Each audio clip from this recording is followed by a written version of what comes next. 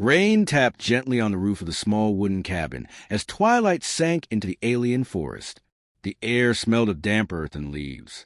Inside, a crackling fire painted everything in gold and orange, from the rough walls to the mismatched chairs near the hearth.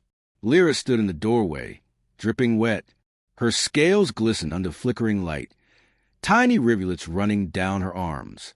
She had always known her appearance unsettled people, sharp, jagged horns curling back from her temples, a tail she couldn't quite hide, eyes glowing faintly violet in the dark. Her people called her beautiful in their own way, but to outsiders, well, humans rarely hid their unease.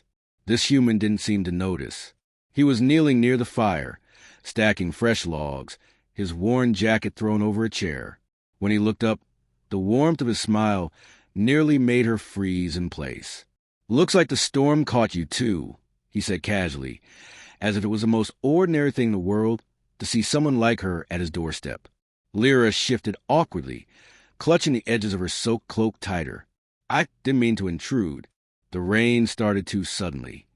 "Don't worry about it," he said, waving her in. "Come on, you'll catch your death out there." Reluctantly, she stepped inside. She expected him to flinch when the firelight revealed her claws or the jagged scars running down her neck. But his eyes only softened, like he was seeing someone tired, not someone terrifying. Hours passed. He gave her a blanket, dry clothes far too big for her, and even warmed some stew on the fire. Lyra ate quietly, and used to such kindness from a stranger. Her kind wasn't exactly welcome in most human settlements, not after the war. Yet this man, whose name she learned was Kale, didn't ask questions about her scars or the faint glow in her eyes. He talked instead about the weather, about the strange bird that kept stealing berries from his garden, about the books stacked haphazardly on the table. When lightning split the sky again, Lyra flinched despite herself. Her people were made for deserts and sunlit canyons, not storms like these. Kale noticed. "You all right?" he asked softly. She nodded quickly, though her tail betrayed her by curling tighter around her legs. "I'll be fine. I don't like the thunder." He looked at her for a long moment, then at the single small bed against the wall. There was only one, barely big enough for him. "You can take the bed," he offered. "I'll sleep by the fire." Lyra blinked. "No, I couldn't." "It's fine," he interrupted gently. "You need the rest." She didn't argue further, though unease coiled in her chest. Sleeping under the roof of a human stranger was already strange enough, but taking his bed? Later, when the fire burned low, Kale stretched out on the floor with nothing but a thin blanket. Lyra lay stiffly on the bed, listening to the storm outside. She thought of the times humans had chased her kind from villages, the way people stared like she was a monster out of some old legend. Why was this one different? Another crash of thunder made her tail twitch violently. She bit her lip, curling smaller beneath the blanket. She hated storms, hated the helpless feeling they brought. Then she heard his voice, groggy but concerned. "Lyra?" She froze. "Yes." "You're shaking." He sat up, running a hand through his messy hair.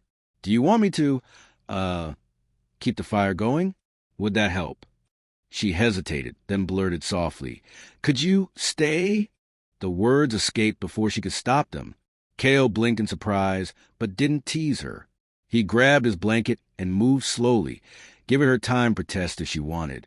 When she didn't, he climbed onto the other side of the bed, careful to keep some space between them.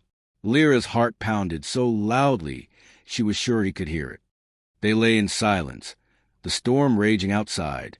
She kept expecting him to recoil when her tail accidentally brushed his leg, or when he saw the faint glow of her eyes in the dark. Instead, Kale shifted just enough to wrap part of his blanket over her too. "You're freezing," he murmured. She didn't know what to say. No one had ever spoken to her like that before, like she wasn't something to fear, like she wasn't t'other. Finally, she whispered, "I thought my appearance would scare you." "Why would it?" he asked simply. "Humans usually stare," she admitted, voice small. "At the horns, the eyes, the tail. They think I look dangerous." Kale was quiet for a moment. Then he said, almost matter-of-factly, "You look like someone who's been through too much alone.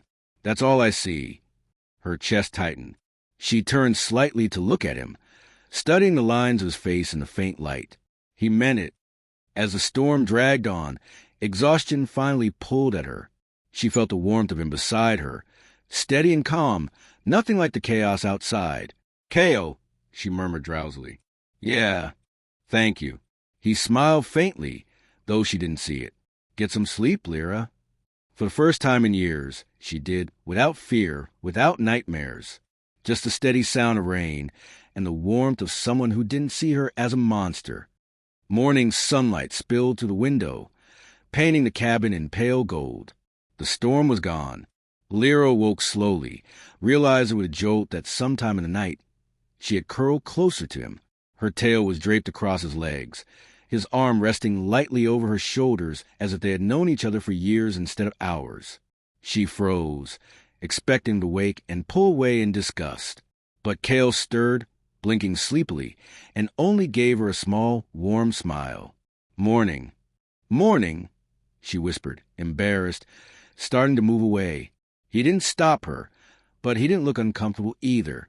Instead, he stood and stretched, like sharing a bed with someone who looked like her was the most natural thing in the world. "You heading out today?" he asked as he poured water into a kettle. Lyra hesitated. She had planned to leave as soon as the rain stopped. That was always the way, move on before people saw too much. But Kale glanced back at her, meeting her eyes. "You're welcome to stay a little longer, if you want." Her chest felt strangely light. Maybe, for once, she didn't have to keep running. That day stretched into two. Two became three. Lyra helped prepare the fence around his garden. He taught her how to make tea from the strange herbs growing behind the cabin. At night, when the wind howled through the trees, she didn't have to ask anymore. He would simply make room for her on the bed, quiet and easy, like it was normal, like she was normal. And slowly, the walls she had built around herself began to crumble. One evening, as they watched the sun set beyond the hills, she finally asked, "Why weren't you afraid of me?" Kale leaned back on his elbows, thinking. "I guess I don't see the point," he said finally. "You needed help. That's all that mattered." Lyra looked at him, the fading sunlight glinting off her horns. "And if I stayed? For good?" He met her eyes calmly. "Then I'd have someone to steal all my tea and blankets. Guess I'd survive." She laughed softly, a real laugh this time, not the cautious kind she used to hide. For the first time in years, she believed someone might actually mean it. By the time the next storm rolled through, she didn't hesitate to curl up beside him. And this time, there was no fear at all.